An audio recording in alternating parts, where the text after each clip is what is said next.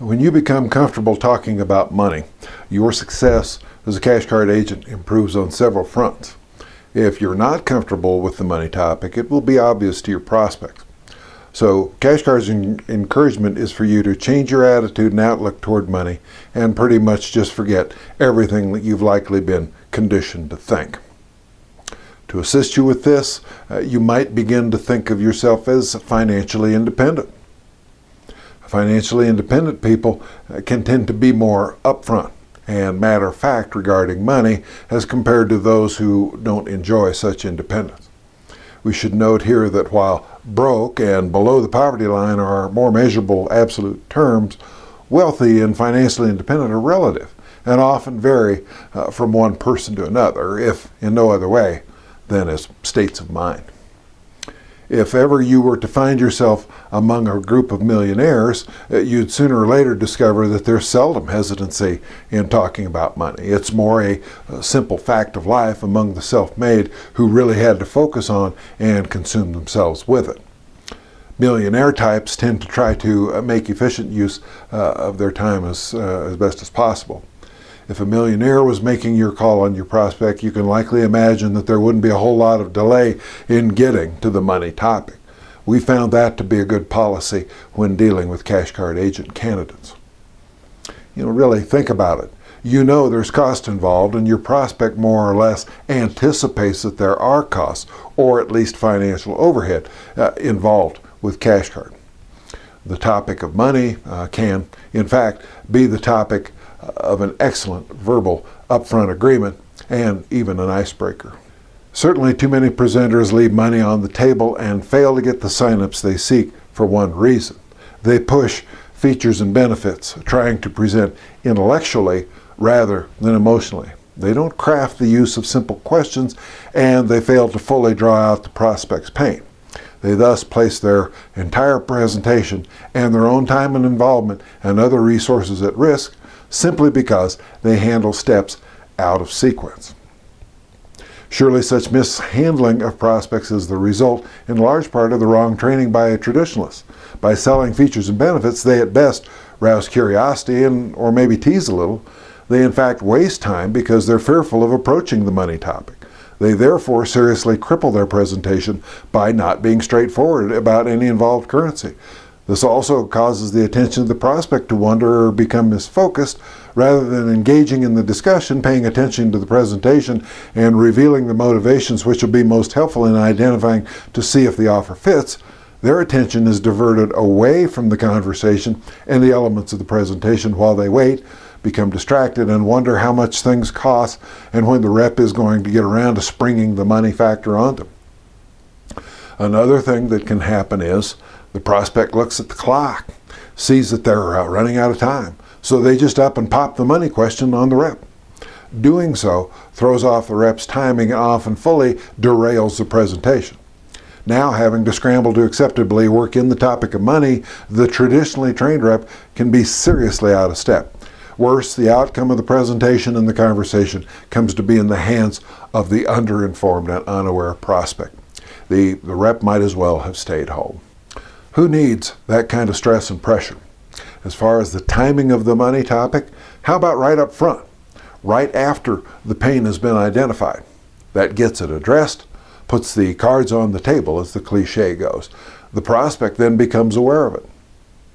So, looking over the cash card fee schedule, Chip, do you feel that the modest cash card fees would prevent you from becoming a cash card agent and using it to solve your personal cash flow problem? Oh, I wasn't aware of these charges. Which is a statement meaning you're likely dealing with an underinformed and/or financially unqualified prospect. If the prospect's face turns different shades and he evidences discomfort, his eyes widen, he shifts in his seat, he clears his throat loudly, you're likely dealing with a cash card ignorant prospect who is likely ignorant because they didn't avail themselves of web-posted and hard copy cash card features and benefits as they should have or were instructed to.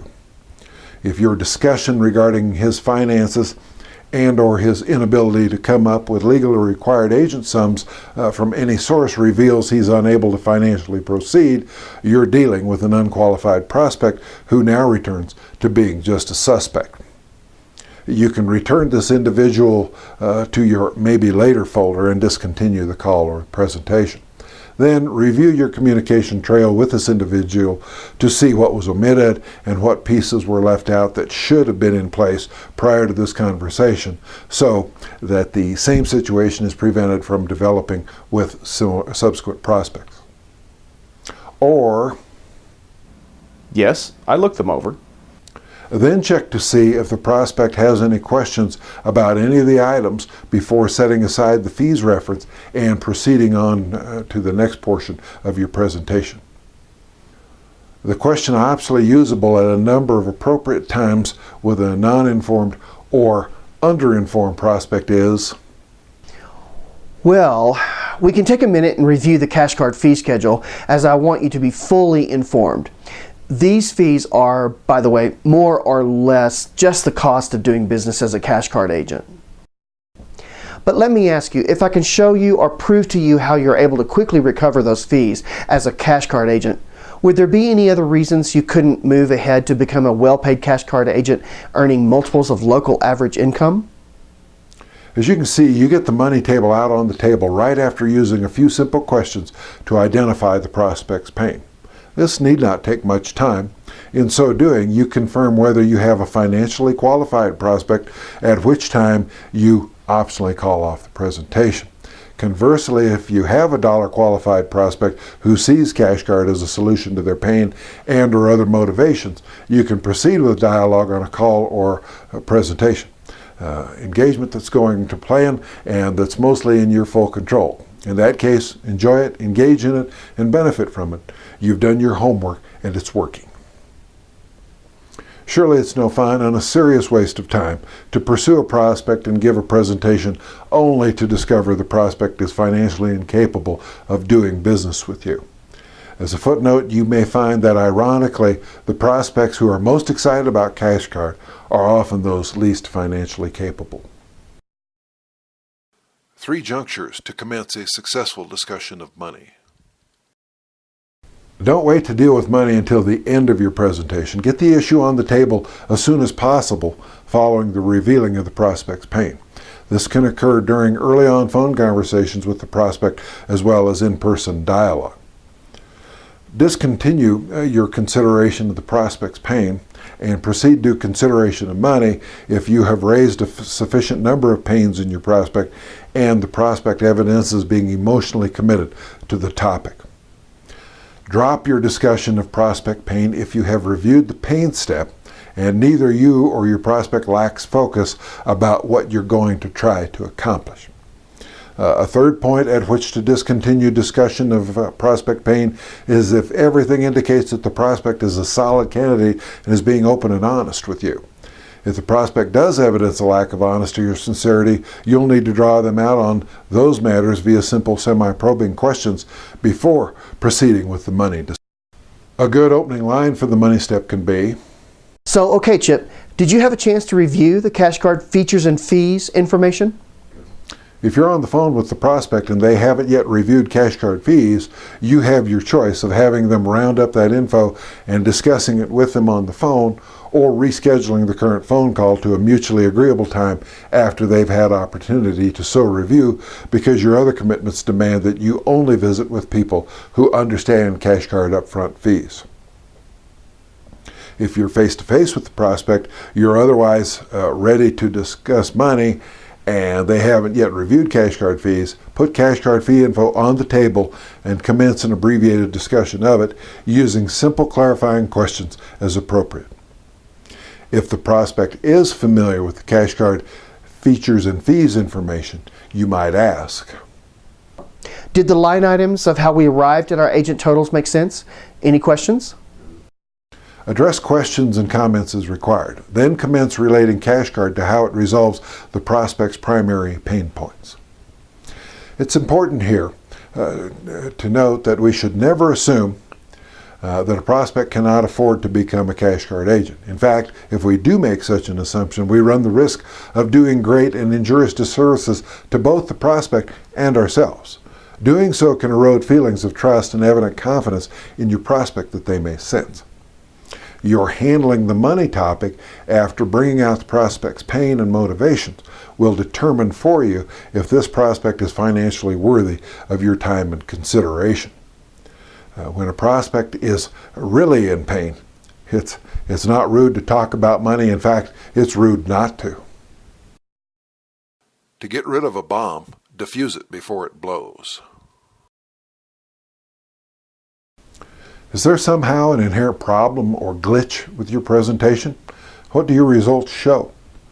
If the problem or glitch is one like perhaps a marginal local reputation you can't turn a corner on and resolve, and it's one your prospect could easily be bringing to your dialogue, then work to proactively get on top of it and bring it out as a topical discussion item before your prospect does. Figure out the problem sooner rather than later.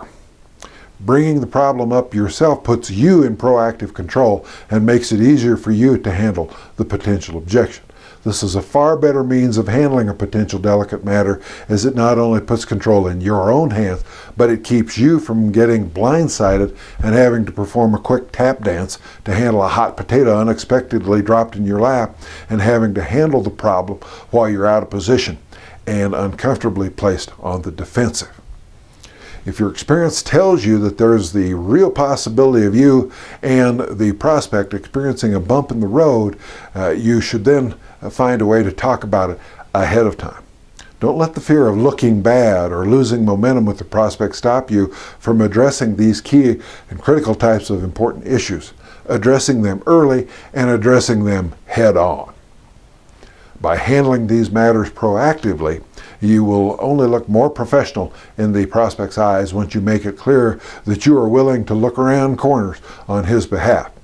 And from the standpoint of time utilization, if the obstacle is of the nature that's going to keep the two of you from doing business together, you're better off knowing that as early on as possible.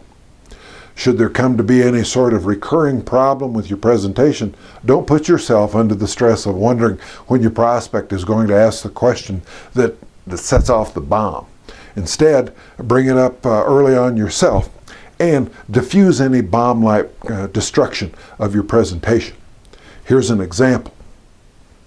You know, Chip, often when a person or a company is successful, smaller minds with limited perspectives can have trouble accepting that.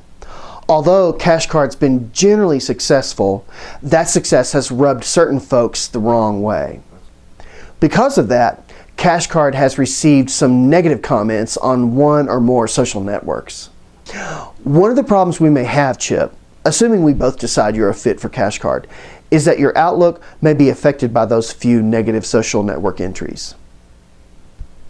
Does it seem to you that those comments are going to be a problem? Yes, they will. Okay then, can you tell me in what way they'll be a problem? Or, Yes, they will.